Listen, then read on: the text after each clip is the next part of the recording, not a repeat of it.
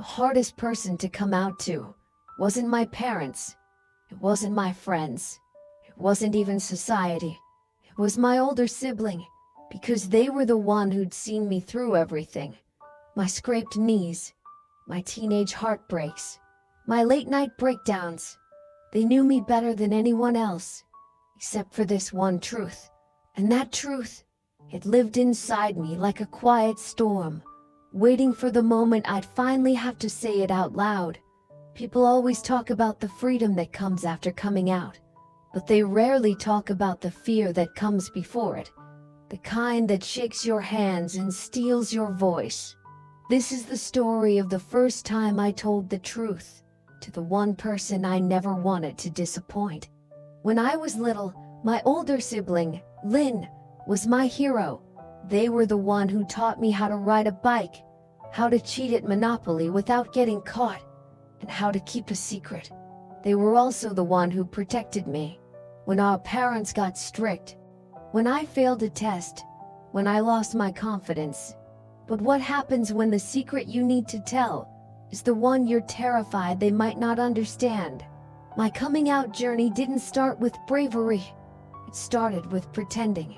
I told myself it was easier that way, to stay quiet, to smile when people joked about that girl phase, to laugh when relatives asked if I had a boyfriend yet.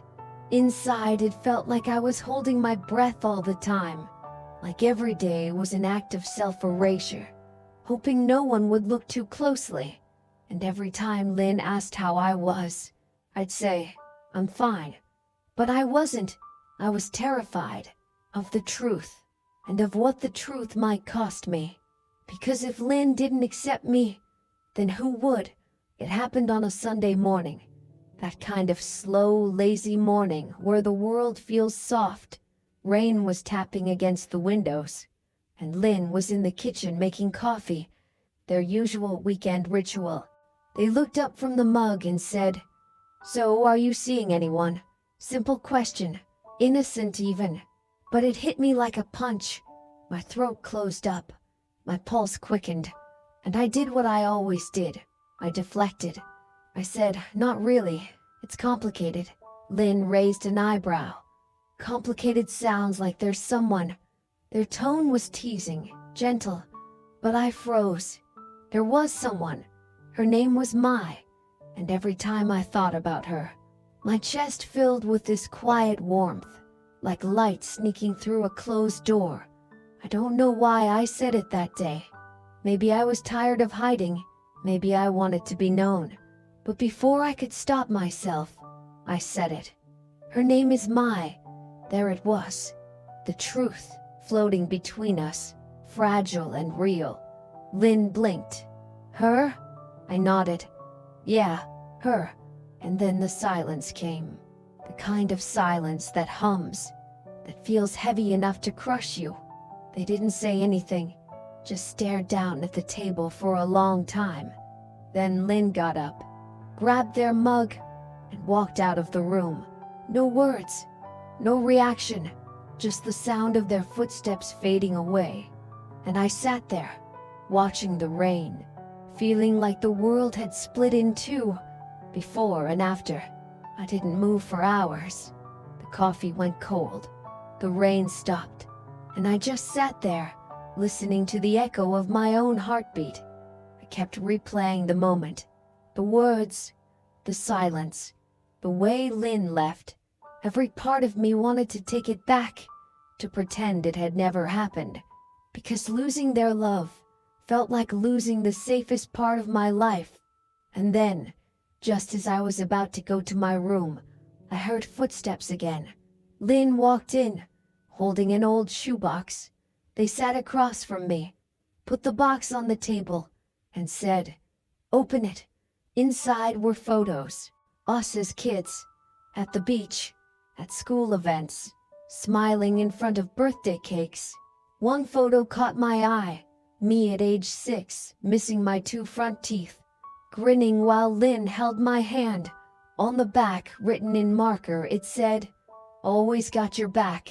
Lynn looked at me and said, "You really thought that changed, tears welled up before I could stop them. "I didn't know," I whispered. "I didn't know if you'd still—" Lynn interrupted gently. "Still love you? You could tell me you're an alien, and I'd probably just ask if you had superpowers." I laughed through the tears, and for the first time in a long time, I felt safe again. Then Lynn said something that hit deeper than anything else. "I wish you hadn't been so scared to tell me. All this time, you were carrying this alone, and I could have helped." That's when I realized the fear I had built up for years was something I'd created myself. Lynn wasn't the monster in my head. They were my home. After that day, everything felt lighter. Not perfect, but lighter. Lynn didn't suddenly become an expert on queer culture. They didn't start posting rainbow flags or quoting activists. They just kept being my sibling, the same teasing, supportive, infuriatingly loving person they'd always been. And that was enough. Because sometimes, love doesn't look like grand acceptance speeches.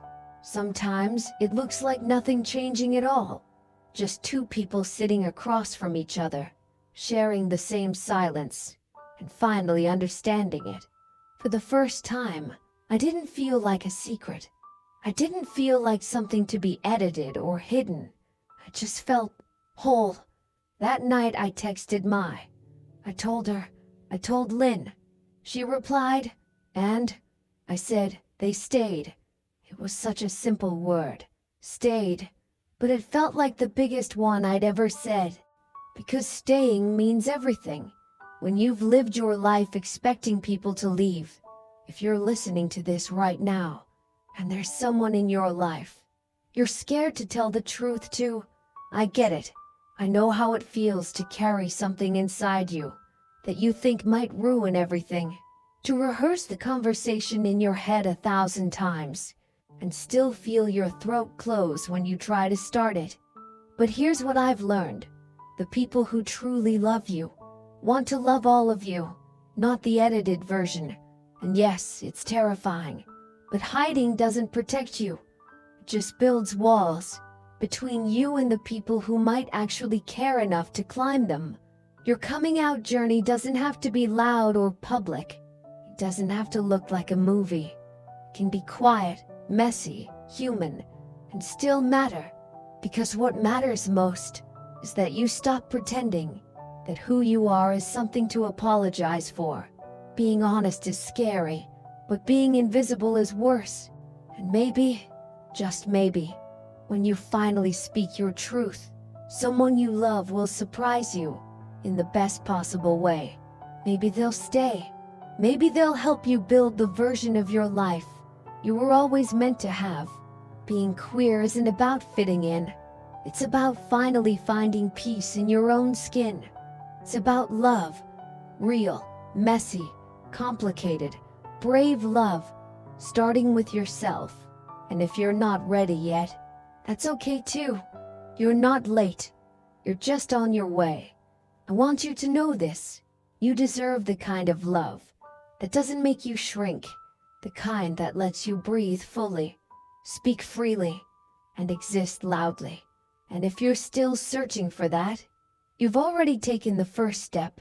You're here, listening, feeling something stir inside you.